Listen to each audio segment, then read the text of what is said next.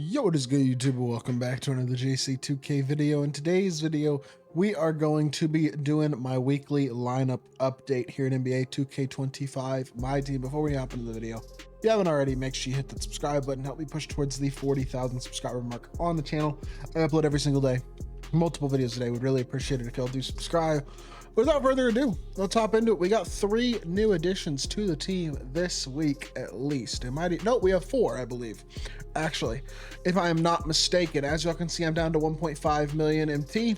And the reason for that is we have added several new cards to the team today and this week. I'm recording this on Friday night. Having added Dark Matter Rick Barry, 100 overall Chris Webber, Dark Matter Mark Eaton, as well as Galaxy Opal Tyrus Thomas this week to the squad. Not a bad looking team at all, in my personal opinion right now. Adding those 6'10 small forwards into the mix is definitely nice.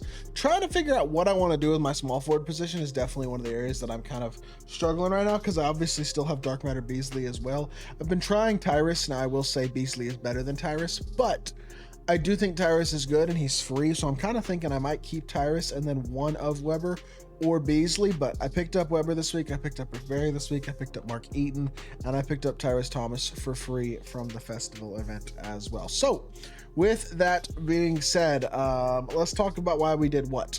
So Rick Barry, realistically, the reason I added this card is quite simply because he is a 6'7 primary scorer at the shooting guard position. I added some extra hoffs onto him, handles for days, pick dodger, immovable enforcer, on-ball menace, and I believe 1 or 2 more are the badges that I added to Rick Barry, just to soup him up a bit more on the defensive end of the court, as well as that Hoff handles for days, with how good his sigs are, considering that he's got De'Aaron Fox size of Garland dribble style, Kemba escape, and Trey behind the back, as well as Pro 2 fade and a really good jumper. Like, there's a lot of movement and a lot of shot creation and shot making ability there. I want to optimize that, so putting that handles for days on Hall of Fame certainly helps to do that. In addition, obviously upgrading the defense so that he's more competitively viable on that end of the court as well. But he is an awesome card who is very, very attainable. And I will say, if you are in need of a shooting guard, I do believe that Rick Barry is the guy you should personally be targeting right now, considering that you can get him for, I mean, just over 100 KMT. Truly a spectacular price for a card as good as Rick Barry is. And I mean, I may consider trying to add one with a bunch of legend badges potentially, because I really, really like him, and he is very, very affordable. And he's one of those dark matters that I could see playing in my co-team to some capacity for the foreseeable future, you know what I mean? So adding him to my squad this week was definitely a W. I then picked up, I guess I'll go in order. Today, I decided this afternoon that I was annoyed of having Tim Duncan and Dikembe as my starting lineup again. And instead of buying Opal Wimby back, I decided to buy this Mark Eaton because I got a really good price on him. I literally paid right at 300,000 MT, like just over, for an 8 legend Mark Eaton with limitless glove, box up beast, rebound chaser, post powerhouse, post up poet, set shot specialist, and paint patroller. So he's got a couple of post up badges in addition to box up beast, rebound chaser, and paint patroller defensively, and set shot limitless offensively, plus glove as well is certainly a positive. Honestly, a really nice little mix of legend badges that were added onto this Eaton card, and a very good price tag for him as well. Found a nice little slot where 3 or 4 badged ones were ending in very short succession, and that allowed me to get a pretty good price on him, which was really, really nice, especially with how many legend badges he had. So I'm pretty sure I made profit. I think I bought him for less than I sold my Eaton for last week when I sold my Eaton originally. And so that was nice. I basically, I think, made MT from selling a Eaton and then got a better Eaton back the next week for cheaper. So that was really, really nice, and I'm very happy to have him added to the squad. It gives me a ton of size in my front court again with 7'2 Dikembe and 7'4 Eaton as my power forward center combo. The bench is still Duncan and Klingon, which will absolutely get the job done. You got the shot creation and shot making ability of Duncan, with Klingon being more of a spot up. Good jumper, 7'2, solid defender, going to be impactful on the switch ability, or on the interior and against some of these giant bigs and stuff, and overall really does position my my bigs into a pretty good spot. Again, I feel like Dikembe, Eaton, Tim, and Klingon is good enough for right now for sure. Not really in need of any upgrades, but the biggest question mark was the small forward position. Obviously, I have 2 new ones. Tyrus I added just because he's the best player for the no money spent or low money spent players who are playing this festival. I'm not spending any money on this festival, so for me personally, Tyrus was the guy who was going to be the most reasonable for me to attain, especially considering that I did pull a a goat piece today, so I was able to get him from that goat piece that I pulled from a single today, which was really, really nice.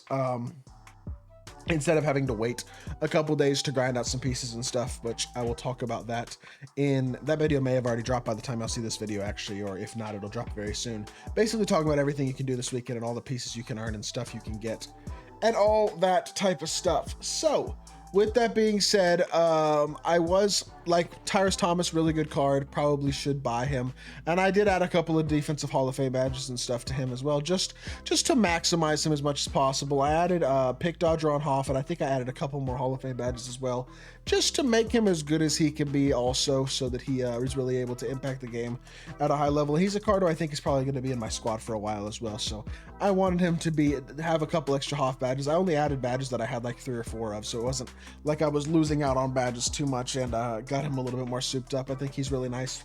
But Chris Webber was the big purchase. I paid 780,000 MT for a 21 legend badge Chris Webber.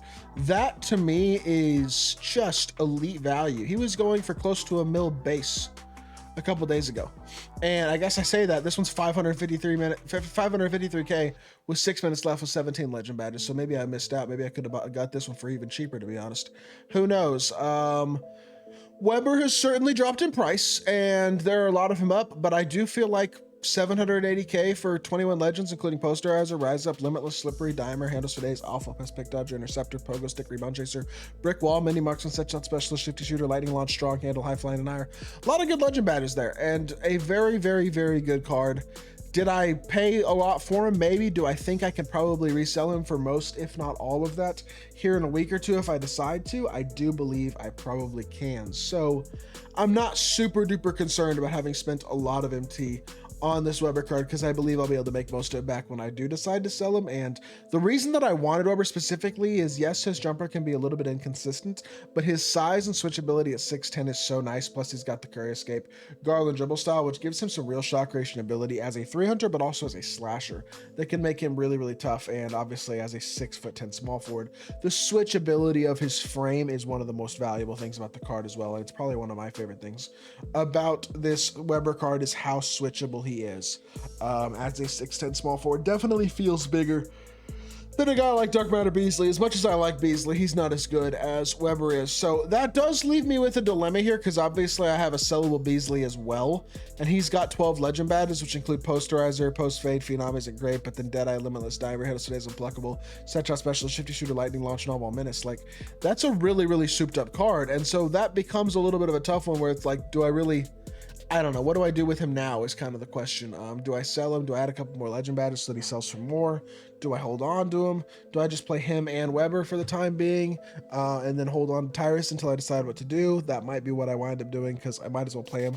I do think he's probably better than Tyrus, so I might as well play him as long as I have him. But I really don't know what I'm going to do with my team, to be honest, going forward. I haven't decided. I got 1.5 mil still to work with. I've got multiple cards I can sell that would make me a lot of MT, obviously, and basically my entire starting lineup besides Shea and Beasley. So we do have some MT flexibility and some MT invested in some cards, and we will see where we go from there. But this is the team as it is for this week, so I'm sure it'll look different next week again, but I hope y'all did enjoy the video. If you did, make sure you hit that like button, leave a comment, and subscribe. I'll be back with more 2K content very, very soon, and I appreciate y'all. Peace!